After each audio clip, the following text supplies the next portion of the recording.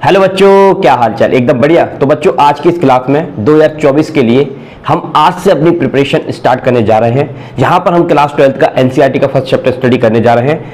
जैसा कि आप देख पा रहे हैं कि इलेक्ट्रिक चार्ज एंड फील्ड, इसको बहुत अच्छे तरीके से हम स्टडी करेंगे। बेटा, आज की जो क्लास रहेगी वो आपका इंट्रोडक्शन ऑफ चार्ज के ऊपर रहेगी, इसमें आपको पूरा चार्ज का निचोड़ में बहुत अच्छे तरीके से आपको एक्सप्लेन करूंगा। साथ ही आपको नोट्स भी मैं प्रोवाइड कराऊंगा, जैसे कि आप यहाँ पर देख सकते हैं मेरी हैंड रिटन राइटिंग के यहाँ पर नोट्स हैं।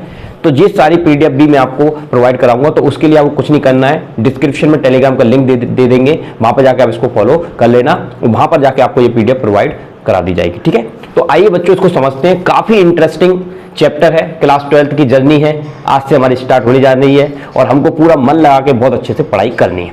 तो आइए स्टार्ट करते हैं। देखिए बच्चों, अब इलेक्ट्रिक चार्ज एंड फील्ड क्या होता है, इसको तो हम बाद में डिस्कस करेंगे बच्चों।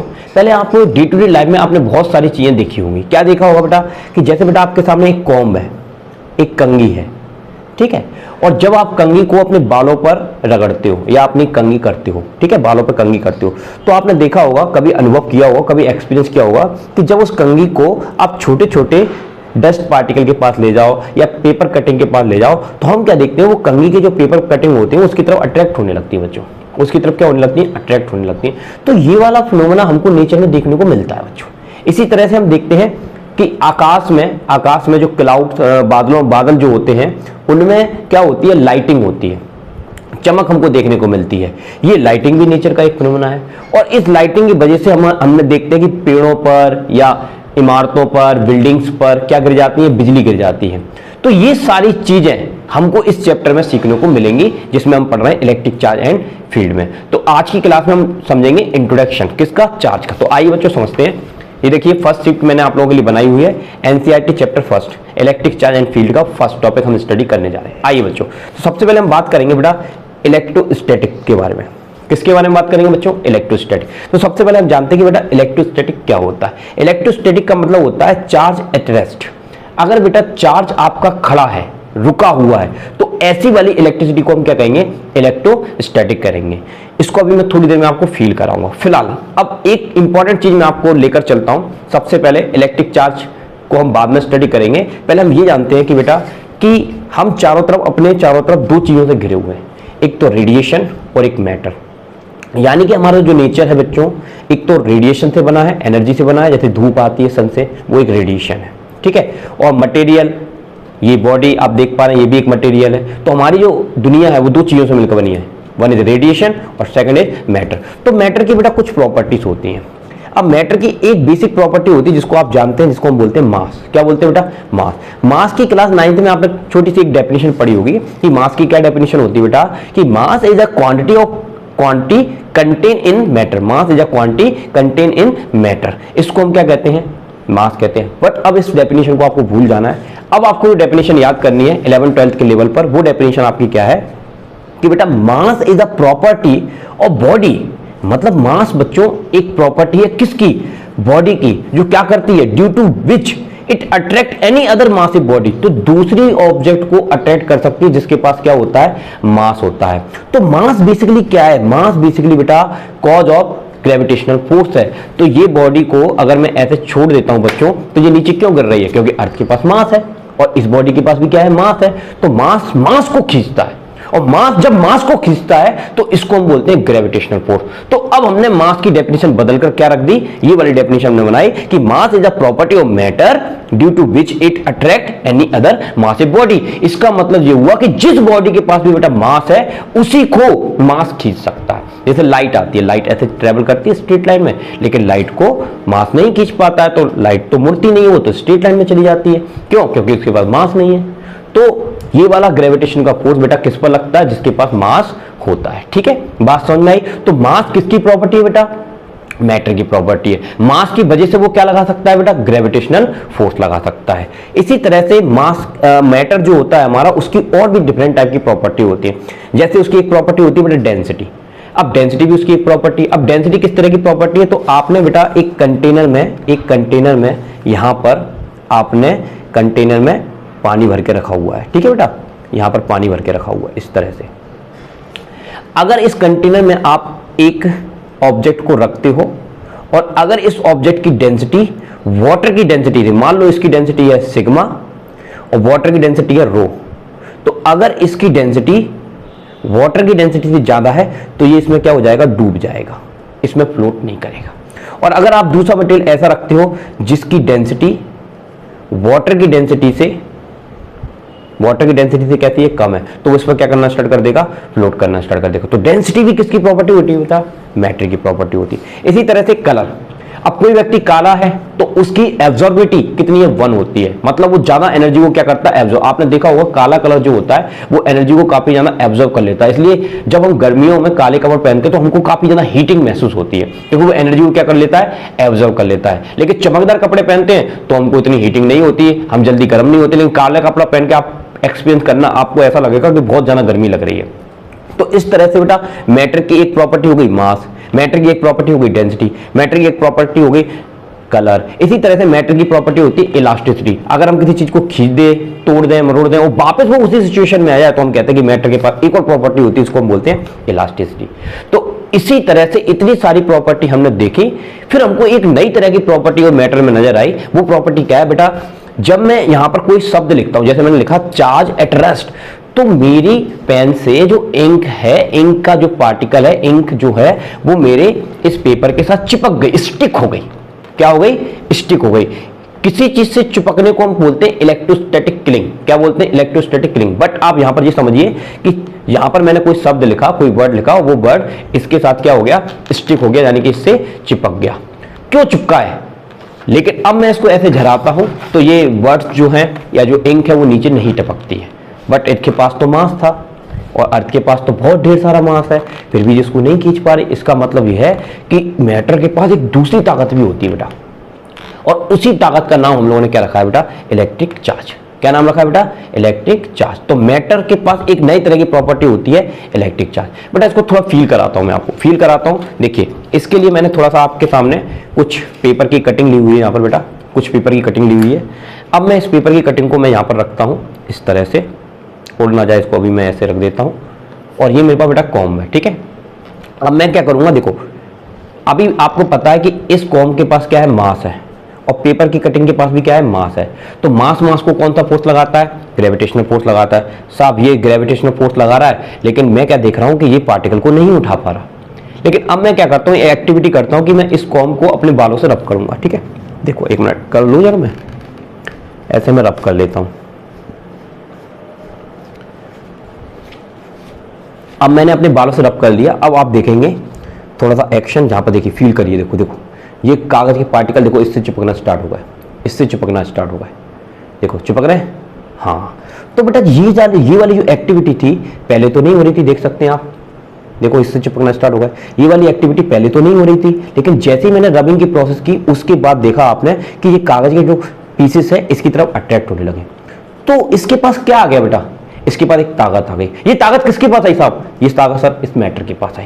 तो मैटर की एक प्रॉपर्टी बनी, एक ताकत, जब भी रबिंग करेंगे तो उसके बाद वो ताकत आ जाएगी। उस ताकत का नाम बेटा हम लोगों ने क्या रख दिया, इलेक्ट्रिक चार्ज।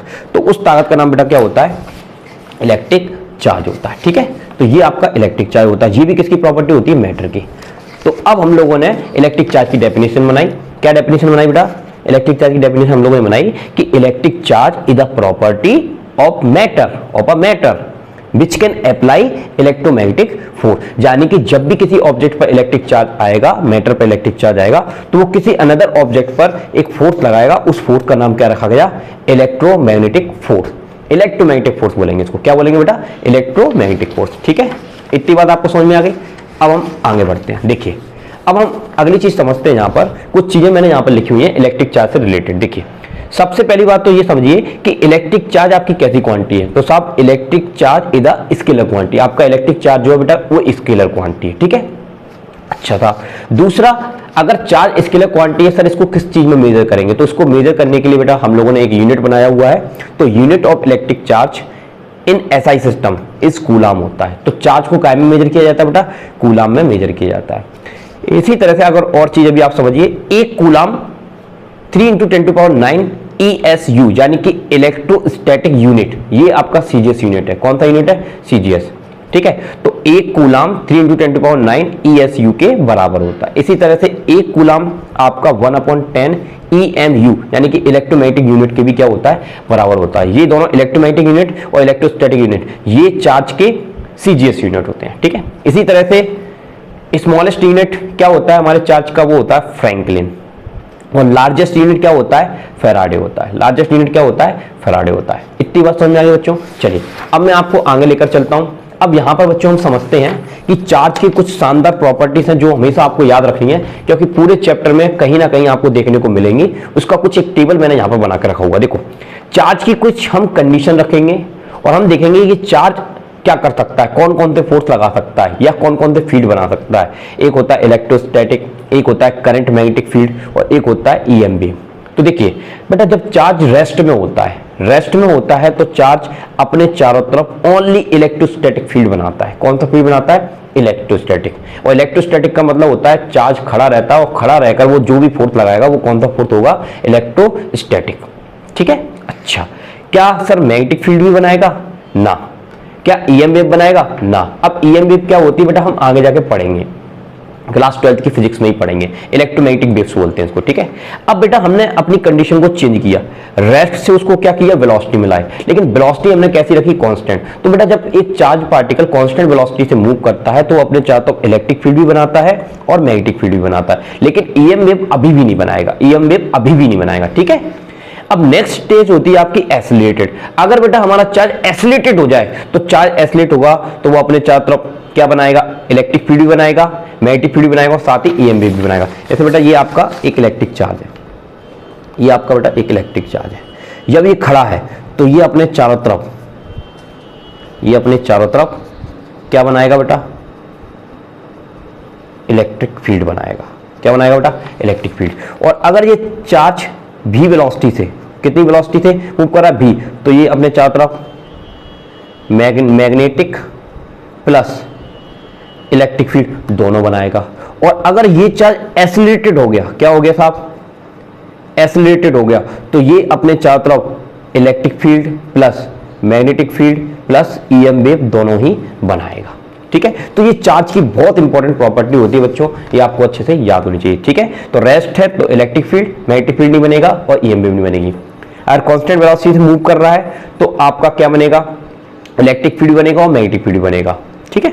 और अगर आपका चार्ज एसिलेटेड हो रहा है तो आपका इलेक्ट्रिक फील्ड, मैग्नेटिक फील्ड और आपका EM वेव भी बनेगी। बताइए इतनी बात आपको समझ में आई, थोड़ा चार्ज को आप फील कर पाए, ठीक है। तो चार्ज क्या है बेटा, मैटर की एक प्रॉपर्टी है, जैसे मास एक प्रॉपर्टी है, डेंसिटी एक प्रॉपर्टी है, कलर एक प्रॉपर्टी है, उसी तरह से इलेक्ट्रिक चार्ज भी एक प्रॉपर्टी है। और जब भी इलेक्ट्रिक चार्ज अगर किसी बॉडी पर आ जाएगा तो वो उस पर दूसरी बॉडी पर फोर्स लगा सकता है, उस फोर्स को हम क्या बोलते हैं, इलेक्ट्रोस्टैटिक फोर्स, ठीक है। और एक बात हमेशा याद रखना, ये वाला जो फोर्स है, इलेक्ट्रोस्टैटिक फोर्स है, वो कब लगेगा, किस पर लगेगा, चार्ज बॉडी पर लगेगा। अभी आपने एक चीज जहां पर फील करी होगी कि मैंने रब तो कॉम को किया था, रब तो मैंने कॉम को किया था, लेकिन मैंने कागज को तो रब नहीं किया था, यानी कि रब करने से कॉम मेरा चार्ज हो गया था। क्या हो गया था, चार्ज। तो एक बार बच्चों अच्छे से याद रखना कि जब भी किसी ऑब्जेक्ट को आप रब करते हो, रगड़ते हो किसी अदर ऑब्जेक्ट से, तो वो बॉडी क्या हो जाती है, चार्ज हो जाती है। लेकिन ये जो कागज के पार्टिकल थे ये तो चार्ज नहीं थे, फिर भी इसने अपनी तरफ इसको खींच लिया था। ऐसा कैसे हो गया। और अभी मैंने आपको बताया कि इलेक्ट्रिक चार्ज पर ही फोर्स लगा सकता है, बट जहां पर कैसे फोर्स लग गया, बट अभी आप इसको थोड़ा मान के चलिए कि कैसे लग गया। मैं आगे की क्लास में आपको फुल एक्सप्लेन करूंगा जब मैं आपको इलेक्ट्रोस्टैटिक इंडक्शन पढ़ाऊंगा, ठीक है। तो फिलहाल अभी आप ये देखिए कि जब भी किसी ऑब्जेक्ट को रगड़ेंगे तो वो अदर ऑब्जेक्ट पर फोर्स लगा सकती है, उस फोर्स का नाम क्या होता है, इलेक्ट्रोस्टैटिक फोर्स होता है।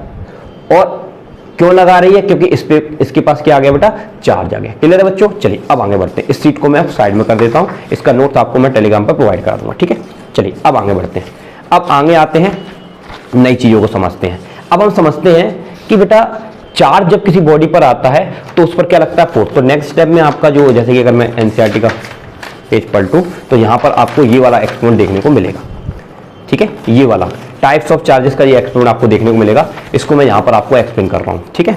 तो ध्यान देखिए बच्चों, देखिए अब हम बात करने वाले हैं टाइप्स ऑफ चार्जेस के बारे में कि चार्जेस कितने तरह के होते हैं। पहले एक चीज समझिए, फोर्स क्या होता है बच्चों, फोर्स क्या होता है। फोर्स इज अ पुश और पुल। मतलब फोर्स एक ताकत है जो पुल कर सकती है या पुश कर सकती है। पुश का मतलब क्या होता है, किसी चीज को धक्का लगाना। पुल का मतलब क्या होता है, किसी चीज को खींचना। जैसे ये ऑब्जेक्ट है, इसके पास मास है और मैं इसको जहां बोलता हूं कि तू बेटा यहीं रुक, मैं अभी आता हूं, तो जैसे अपना हाथ हटाऊंगा ये नीचे गिर जाएगी। क्यों? क्योंकि अर्थ इसको अपनी तरफ खींच लेती है। यानी कि अर्थ हमेशा कौन सा फोर्स लगाती है, पुल लगाती है, खींचने वाला फोर्स लगाती है, पुश नहीं करती, लात मार के नहीं उछालती। लेकिन हमने क्या देखा कि चार्जेस जो थे, चार्जेस पुश भी कर सकता है, पुल भी कर सकता है। पुल का हम नाम रखेंगे, पुल का नाम रखेंगे अट्रैक्शन। क्या नाम रखेंगे बेटा? अट्रैक्शन। और पुश का हम नाम रखेंगे रिपल्सन। क्या नाम रखेंगे बेटा? रिपल्सन। तो पुश का मतलब होता है रिपल होना और पुल का मतलब होता है अट्रैक्ट, मतलब अपनी तरफ खींच लेना। तो अब देखिए, आइए हम एक एक्सपेरिमेंट करते हैं जो कि आपकी एनसीईआरटी की बुक का एक्सपेरिमेंट है। हमने क्या किया बेटा, ये हमारे पास एक ग्लास की रॉड है, दिस इज ग्लास रॉड, ठीक है। इस ग्लास रॉड को हम लोगों ने क्या किया, सिल्क क्लॉथ लिया, हमने सिल्क लिया, सिल्क से इसको रब किया। तो जैसे ही सिल्क से इसको रगड़ते हैं, इसको साफ करते हैं, तो हम क्या देखते हैं कि ये बॉडी क्या हो जाती है, चार्ज। तो अभी मैंने आपको एक्सप्लेन किया था बेटा कि जब भी किसी बॉडी को रब किया जाता है तो हमेशा वो बॉडी क्या हो जाती है, चार्ज हो जाती है। लगे हाथ आप एक चीज और याद रखिएगा कि जब भी दो बॉडीज को आपस में रब करोगे तो क्या एक ही बॉडी चार्ज होगी? ना, दोनों बॉडी चार्ज होती है, ये भी चार्ज होगी और ये भी चार्ज होगी, ठीक है। फिलहाल आप मान लीजिए ये आपकी चार्ज हो गई। अब जैसे ये चार्ज हो जाएगी, अब हमको तो नहीं पता इस पे कैसा चार्ज है, क्योंकि अभी तो हम जान रहे हैं कि चार्ज होता क्या है, चार्ज कितने तरह का होता है। तो हमने इसको ऐसे रब कर लिया और इसको हैंग करा दिया, लटका दिया। इसके बाद हम दूसरी ग्लास की रॉड लिए, दूसरी ग्लास की रॉड को भी हमने सिल्क से रब किया और इसके पास लेकर आए। तो हमने क्या देखा कि ये वाली रॉड इस वाली रॉड को दूर करने लगी, ऐसे हो गई। पास लेकर आए, ये ऐसे हो गई, मुंह मोड़ लिया एक दूसरे से, नहीं आना तेरे पास, दूर हो गई। इसको बोलते हैं रिपल्शन। क्या बोलते हैं बेटा? रिपल्शन। तो यहां से नियम क्या बनाया कि गिलास को क्या करता है, रिपेल करता है। अच्छा साहब, इसी तरह से हमने सेकंड एक्सपेरिमेंट किया बेटा। सेकंड एक्सपेरिमेंट हमने प्लास्टिक लिया और एक और प्लास्टिक लिया। जब दोनों प्लास्टिक को हमने रब किया, प्लास्टिक को मैंने हेयर से रब किया, जैसे आपने देखा ना कॉम क्या का होता है, प्लास्टिक का होता है, ठीक है। तो प्लास्टिक को जब हम बालों से रब करते हैं तो प्लास्टिक भी हमारा क्या हो जाता है, चार्ज हो जाता है। अब इस चार्ज प्लास्टिक को हमने एक रस्सी से बांधकर लटका दिया। इसके बाद दूसरी चार्ज प्लास्टिक लेकर आए, इसको भी लेकर आए, तो इन लोगों ने भी एक दूसरे से मुंह मोड़ लिए, ऐसे हो गए, ऐसे। इसका नाम भी हमने क्या रखा, रिपल्सन। मतलब चार्ज इस केस में भी रिपेल कर रहा है, इस केस में भी रिपेल कर रहा है। क्या आपने एक चीज नोटिस की, आपने ये नोटिस किया होगा कि गिलास को रिपेल कर रहा है, प्लास्टिक को रिपेल कर रहा है। सर ऐसा भी तो हो सकता है अगर हम एक प्लास्टिक ले लें गिलास, हाँ तो बिल्कुल ले लें, कोई दिक्कत वाली बात नहीं है। तो अब बेटा हमने गिलास ले लिया और हमने क्या ले ली, प्लास्टिक ले ली।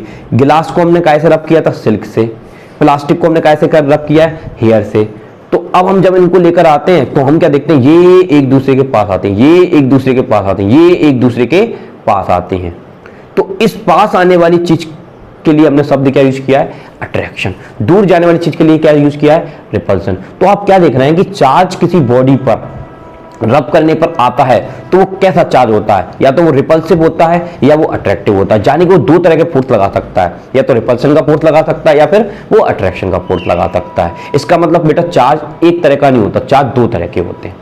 कितने तरह के होते हैं, दो। तो फिर हमने यहां पर एक नियम बना लिया कि similar material repel each other while non similar material attract each other. तो याद रखिएगा जो सिमिलर मटेरियल होते हैं उनके बीच में क्या होता है, रिपल्सन, और नॉन सिमिलर मटेरियल होते हैं उनके बीच में क्या होता है, अट्रैक्शन। अब हम लोगों को चार्ज के नाम रखने थे, तो चार्ज के नाम हम लोगों ने किस तरह से रखे, हमने ये देखा कि देखिए हम एटम के बारे में जानते हैं बच्चों, किसके बारे में जानते हैं, एटम के। अब एटम के बारे में हम क्या जानते हैं कि ये आपका एटम है, इस न्यूक्लियस के अंदर दो पार्टिकल होते हैं, प्रोटॉन और न्यूट्रॉन, और इस न्यूक्लियस के चारों तरफ जो ऑर्बिट होती है उसमें इलेक्ट्रॉन घूमते रहते हैं। तो इलेक्ट्रॉन का हमने नेचर देखा कि इलेक्ट्रॉन के पास दो चीजें होती है बेटा, ये दुनिया का सबसे छोटा पार्टिकल है और इसके पास दो प्रॉपर्टी होती है। ये प्रॉपर्टी क्या हमने दी, ना इस नेचर ने दी, क्योंकि नेचर ने इसको बनाया है। अच्छा साहब, तो इसके पास पहली प्रॉपर्टी होती है बेटा मास, दूसरी प्रॉपर्टी होती है चार्ज। तो बेटा चार्ज होता किसके पास है साहब, तो इलेक्ट्रॉन के पास होता है। तो इलेक्ट्रॉन ही वो नामाकुल पार्टिकल है, क्योंकि अभी मैंने आपको बताया कि चार्ज किसकी प्रॉपर्टी है, मैटर की प्रॉपर्टी है। मैटर है तो चार्ज है, तो इलेक्ट्रॉन भी तो एक पार्टिकल है। तो इलेक्ट्रॉन एक छोटा पार्टिकल है जो कि एक मटेरियल की तरह काम करता है, इसलिए उसके पास क्या होता है, चार्ज। लेकिन उसके चार्ज का नेचर क्या होता है, नेगेटिव होता है। तो तो इलेक्ट्रॉन हमारा नेगेटिवली चार्ज पार्टिकल है। अच्छा था, इसके अंदर न्यूक्लियस के अंदर दूसरा पार्टिकल रहता है आपका प्रोटॉन। प्रोटॉन का नेचर हमने देखा कि प्रोटॉन एक पॉजिटिवली चार्ज पार्टिकल है। इसके पास भी दो प्रॉपर्टी होती है, इसके पास भी साहब मास होता है और इसके पास भी क्या होता है बेटा, चार्ज होता है। ठीक है साहब, अब हम लोगों ने इसकी क्वांटिटी को मेजर किया कि दोनों के पास चार्ज कितना होता है। तो हमने देखा कि इलेक्ट्रॉन पर जो चार्ज होता है वो 1.6 × 10⁻⁻19 कूलाम होता है। 1.6 × 10⁻⁻19 कूलाम होता है। प्रोटॉन पर चार्ज कितना होता है बेटा, 1.6 × 10⁻⁻19 कूलाम होता है। यानी कि इलेक्ट्रॉन पर और प्रोटॉन पर चार्ज की क्वांटिटी तो सेम है, लेकिन नेचर कैसा है, अपोजिट है। एक नेगेटिव है और एक पॉजिटिव है। इसलिए एटम पर नेट चार्ज कितना होता है बेटा, 0 होता है। इसलिए हम कहते हैं कि एटम क्या है आपका, न्यूट्रल है। न्यूट्रल चीज वो चीज होती है जैसे आपकी गाड़ी में गियर आपने निकाल ली, अब आप कितनी भी रेस देते हैं, कितना भी एक्सीलरेटर देते हैं कि गाड़ी आपकी चलेगी नहीं, क्योंकि वो न्यूट्रल में हो गई है। तो न्यूट्रल में ये गाड़ी नहीं चल सकती, मतलब ये फोर्स नहीं लगा सकता।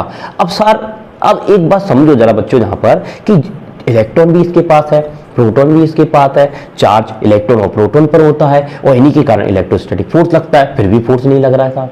फोर्स इसलिए लग रहा है क्योंकि नेट चार्ज 0 है, और नेट चार्ज तभी 0 हो सकता है जब उनकी क्वांटिटी कैसी हो, सेम। जैसे कि आपने मैथमेटिक्स में पढ़ा है कि अगर मेरे पास -3 है और +3 है, इनको मैं ऐड कर दूंगा तो कितना आ जाएगा, 0 आ जाएगा साहब। यानी कि अगर क्वांटिटी सेम होती है और नेचर अपोजिट होता है तो मैथमेटिक्स कहता है इसकी वैल्यू कितनी हो जाएगी, 0। दिस इज अलजेब्रिक सम, इसको क्या बोलते हैं, अलजेब्रिक सम। तो ये चीज हमने देखी चार्ज में, और इसी चीज को सोचकर बेंजामिन जो फ्रैंकलिन थे, उन्होंने, जैसा कि मैंने अभी बताया ना, चार्ज का यूनिट क्या होता है, फ्रैंकलिन होता है, ठीक है, स्मॉलेस्ट। तो बेंजामिन फ्रैंकलिन ने उसका जो नाम रखा वो क्या रखा, पॉजिटिव और नेगेटिव। तो स्टार्टिंग में हमने इस एक्सपेरिमेंट से क्या सीखा कि सिमिलर मटेरियल एक दूसरे को रिपेल करते हैं, नॉन सिमिलर मटेरियल एक दूसरे को अट्रैक्ट करते हैं, लेकिन हमको चार्जेस के नाम नहीं पता था। फोर्स के कैरेक्टर पे हमने ये रूल बनाया, लेकिन अब आगे चल के हमको नाम पता चल गया कि चार्जेस के नाम नेगेटिव और पॉजिटिव होने चाहिए, क्योंकि अगर एटम न्यूट्रल है, न्यूट्रल तो तभी हो सकता है जितने उस पर इलेक्ट्रॉन हो, जितने उस पर प्रोटॉन हो, और वो भी तब जब उन दोनों की क्वांटिटी के साथ साथ उनका नेचर अपोजिट हो, और नेचर अपोजिट होता है तो मैथमेटिक्स कहता है 0, यानी कि एटम पर नेट चार्ज कितना होता है, 0। इसलिए हम लोगों को चार्जेस के नाम क्या रखने पड़े, नेगेटिव और पॉजिटिव। तो आपसे आज से याद रखना कि चार्जेस दो तरह के होते हैं, नेगेटिव होता है और पॉजिटिव होता है। आगे बढ़ते हैं बच्चों, अब हम आपको एक नई चीज बताते हैं इसमें। देखिए नई चीज क्या है कि बच्चों देखो, ये आपके पास एक बॉडी है और आपको पता है बॉडी एटम से मिलकर बनी होती है। अभी मैंने आपको सिखाया कि चार्ज किसके पास होता है बच्चों, चार्ज तो इलेक्ट्रॉन के पास होता है। तो जब भी बेटा हम किसी बॉडी को चार्ज देते हैं, यानी कि इलेक्ट्रॉन देते हैं, तो वो बॉडी जो होती है वो नेगेटिवली चार्ज हो जाती है। कैसी हो जाती है, नेगेटिवली चार्ज। और नेगेटिवली चार्ज होने का मतलब ये है कि देखो बेटा, एटम के पास कुछ इलेक्ट्रॉन पहले से ही थे, जितने इलेक्ट्रॉन थे उतने ही पॉजिटिव चार्ज थे। अब आपने एक्स्ट्रा एक इलेक्ट्रॉन कहीं से उठाकर दे दिया, तो दे दिया मतलब एक्स्ट्रा आ गया ना, तो इसको हम बोलते हैं एक्सेस ऑफ इलेक्ट्रॉन। और एक्सेस ऑफ इलेक्ट्रॉन का मतलब बॉडी कैसी चार्ज हुई है, नेगेटिवली चार्ज हुई है, इसलिए इसका नाम रखा गया इज कॉल्ड नेगेटिवली चार्ज। तो जब भी कोई बॉडी नेगेटिवली चार्ज होगी, यानी कि उसका एक्सेस ऑफ इलेक्ट्रॉन हुआ है, तो हम उसको क्या बोलेंगे, नेगेटिवली चार्ज। ठीक है, अच्छा अब देखिए एक बॉडी है जिससे हमने इलेक्ट्रॉन निकाल लिया। अब बेटा एटम में से इलेक्ट्रॉन निकल जाएगा तो उस पर कौन सा चार्ज रहेगा, पॉजिटिव। देखो जैसे मान लो आपके पास 10 पॉजिटिव हैं और 10 ही नेगेटिव हैं। अब इसमें से एक नेगेटिव आपका निकल गया, तो अब 10 और माइनस का 9 कितना हुआ, +1। तो ये बॉडी कैसी चार्ज हो गई, +1 चार्ज हो गई कि नहीं हो गई। हाँ ठीक समझे हो आप कि जब भी कोई इलेक्ट्रॉन बाहर निकलेगा किसी बॉडी से, तो उसकी कमी को हम क्या कहते हैं, पॉजिटिव चार्ज। तो यहां पर आप याद रखिएगा, deficiency of electron is called positive charge. तो याद रखिए जब इलेक्ट्रॉन निकलता है तो बॉडी पॉजिटिवली चार्ज होती है, इसको बोलते हैं डेफिशिएंसी ऑफ इलेक्ट्रॉन। और जब इलेक्ट्रॉन आता है तो बॉडी नेगेटिवली चार्ज होती है, इसको बोलते हैं एक्सेस ऑफ इलेक्ट्रॉन। और जब भी इलेक्ट्रॉन आएगा तो अपने साथ दो चीजें लेकर आएगा, चार्ज भी लेकर आएगा और प्लस मास भी लेकर आएगा। ये दोनों चीजें वो लेकर आएगा, ठीक है।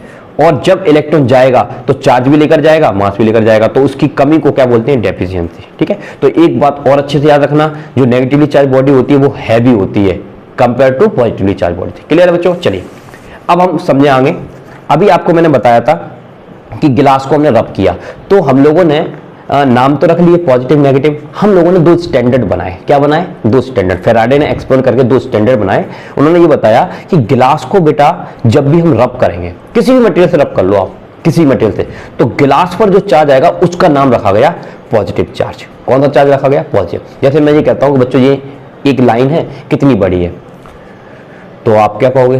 कितनी बड़ी है। कैसे बताओगे? क्योंकि मैंने आपको दूसरी लाइन दी नहीं है, और जब तक मैं आपको दूसरी लाइन देकर नहीं बताऊंगा, दूसरी लाइन नहीं दूंगा, तब तक आप कंपेयर करके नहीं बता सकते कि ये लाइन बड़ी है या फिर छोटी है। तो इसलिए एक लाइन को दूसरी लाइन से कंपेयर करके ही बताया जा सकता है ये बड़ा है या छोटा है। उसी तरह से हमने एक स्टैंडर्ड बना लिया कि किसी बॉडी पर जो चार्ज आएगा उसको हम क्या बोलेंगे। पहले कोई स्टैंडर्ड तो होना चाहिए, तो हमने बता दिया कि आपको एक गिलास को जब भी हम रब करेंगे तो उस पर जो चार्ज आता है उसका नाम रख दिया पॉजिटिव। तो glass rod always positively charge after rubbing another object. तो जब भी किसी भी ऑब्जेक्ट से रब करोगे तो ग्लास पर हमेशा कौन सा चार्ज आएगा? पॉजिटिव। ठीक है बच्चों। इसी तरह से प्लास्टिक रॉड को ऑलवेज जब भी किसी से भी रब करोगे तो उस पर कौन सा चार्ज आएगा? Negative after rubbing another object. तो हमारे दो स्टैंडर्ड बन गए। ग्लास पर जो चार्ज आता है उसको पॉजिटिवली चार्ज बॉडी, प्लास्टिक पर जो चार्ज आता है उसको नेगेटिवली चार्ज बॉडी कहा जाता है। क्लियर है बच्चों? अब एक चीज मैंने अभी आपको बताई कि नेगेटिव का मतलब क्या होता है?